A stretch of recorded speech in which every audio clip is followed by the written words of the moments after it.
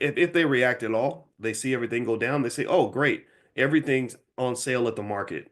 The same way I go to the grocery store, and if everything's 40% off, I'm gonna buy up as much food as I can.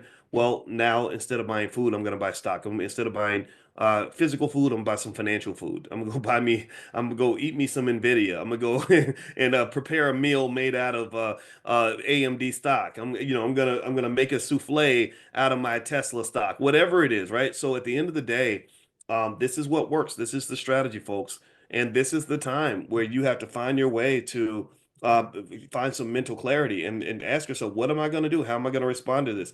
If you are selling while the market declines, this is going to be bad for you because what's going to happen is you're going to miss out on the party that's sure to occur after. And I suspect it could be sooner rather than later. I think that Trump is probably going to pull a magic trick. I don't think he would enjoy having a prolonged period of time where everyone's mad at him because the stock market declined. He had a lot of political capital when he got elected. Tariffs have always been very important to him because he always felt for the last 30 years or more that America's trading partners were ripping off the country. That's how he felt. He said, here's what he said. He said, and this is the thing, he said the same thing that a Dr. Claude Anderson might say about the black community. He said the same things that Malcolm X said. Remember when Malcolm and Dr. Claude and others and Marcus Garvey used to say that it's crazy that they expect you to buy their stuff, but they don't want to buy your stuff. They don't buy your stuff. Now, I'm not here to give blanket defenses of Trump, but that's not in my interest. But I can tell you that that is how a lot of countries operate when it comes to the United States. They say, okay, you're the suckers who like to consume. You're the suckers who will buy anything anybody sells to you. You're the suckers where we can set up shop in your neighborhoods, your community, your country, and sell you anything.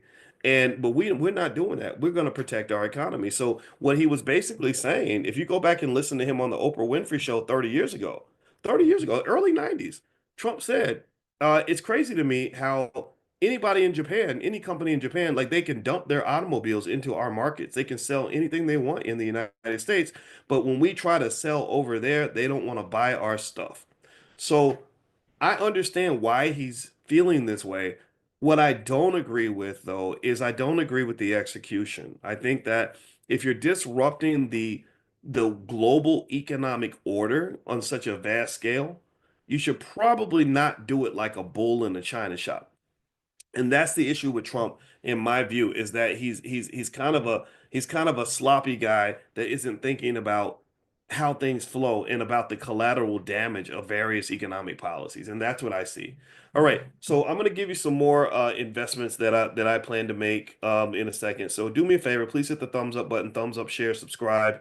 And also, don't forget, if you go to drboycebooks.com, you can get all kinds of books. We have Dr. Claude Anderson's books there. You can get my book, The 10 Commandments of Black Economic Power, which is a #1 bestseller on Amazon in the public finance category.